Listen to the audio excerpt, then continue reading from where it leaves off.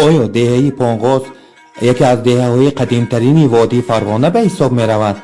آیا دست اول در پونغوز خلقهای مخها و سوختی ها زندگی کردند؟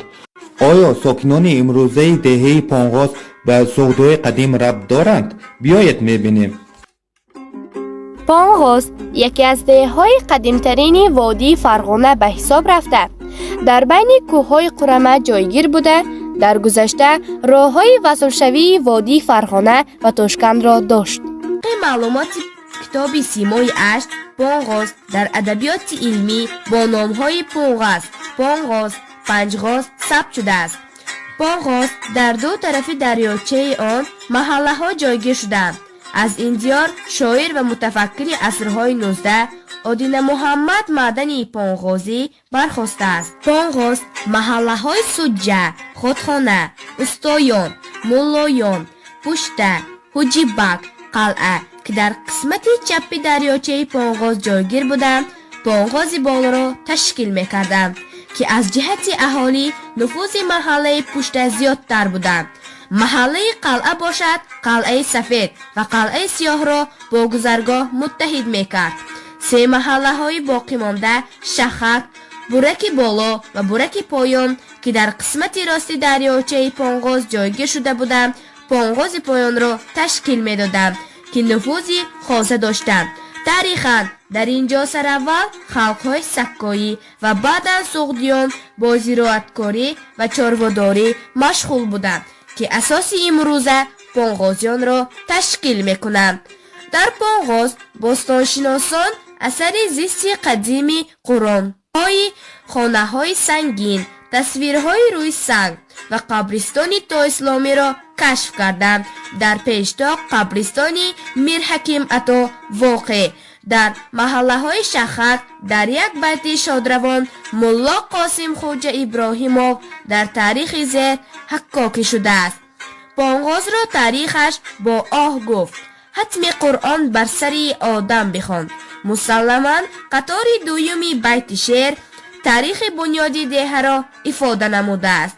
بعضی قیمتی حرفهای مصرع دویمی بیت از روی حسابهای ابجد خاورشناس پولادوف به نتیجه رسید که در آن سخن از سنه بنیاد و تاریخ دهه که بر 2583 سال رسیده است می رود. در واقع حفریات‌های باستانشناس اعظم خوجایف در قبرستان میر حکیم ثابت ساخت که سه قبر اولادی در درآمدگاه قمت شمال و جنوب جای داده شده. اینچنین در یک سلسله گورهای در قبرستان بابای مطلق جای داده شدند. وفتیدگان طبق سنت دینی زردشت دفن کرده شدند که آنها به عصرهای 4-8 میلادی تعلق دارند. همزمان یک قطار اثری تصویرهای روی سنگ در گذرگاه‌های شخک، سجه، خودخانه، دامنکوه‌های قرمه پیدا شدند که آنها به 1002 میلاد و 1001 میلاد منسوبند. قدیم بودن پونغوز را از 1002 تا عصرهای 7 کاوش ها نشان داد که این دهه خیلی قدیمی است. باز مثال گوشه های توپونیم های محل و گذرهای بابای آف، بابای غار، دشت ودوک، دست مخ، زرواد، امجاز، اسکافدوک، کرو، کشکو، مردک، نوی حفظ، پلاسپوند، گردانی کرو، پیدرک، سجه، تیوک، خطخانه، جگلمک، شوک، غرسمون، سوسر کاملا واژه سوختی بوده. از 3-4 هزار سال پیش در این دیار پونغوز مردم مسکن داشتند. دایی به برآمد واژه پونغوز فکر و عقیده های گوناگون وجود دارند. عالمان بیشتر به گفتارها و نوشته های مردم تکیه کرده معنی کلمه پونغوز را پنجغاز، 500 خاز معنی داد میکنند. نظر به روایت ها 500 فاتح اسلام که از منطقه های خلافت عرب بودند که آنها به زردوش زمین می جنگند و تا به پونغوز آمده با خلق بومی یعنی با مغان می جنگیدند که با همین ده نامی 500 غاز را گرفت. روایت دیگری هست که گویا در آب سای پونغوز 5 غازه می زیستند که با این سبب ده را پنجغاز نیز گفتند که این نام حتی در تذکیره مموعالشعراء فضلی نمنگانی استفاده شده است. چون معدن به گوهردرازی بود که از موضع پنجغازی بود.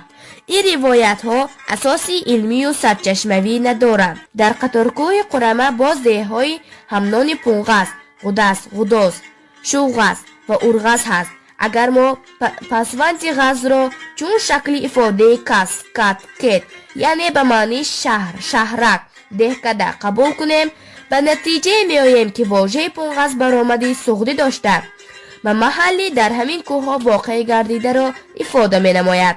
در پونغاز یک قطار محله های قدیم به مانندی برک، شخق، قلعه، محله پشته، حجیبک، سوجه موجود است. مثلا در پونغاز بالا در ارتباط با تاریخ دور اسلامی و مبلغان دین اسلام 3 مزار غازیان، بابای مطلق با قبر، بابای حافظ، بابای حداد یا بابای آهنگر و در پونغاز پایان مزار بابای برک موجود است. نام محله شخک را باشد بیشتر به دوره های تاریخ تا اسلامی یعنی به زمان زندگی مغان سوغدیان مربوط می دانند.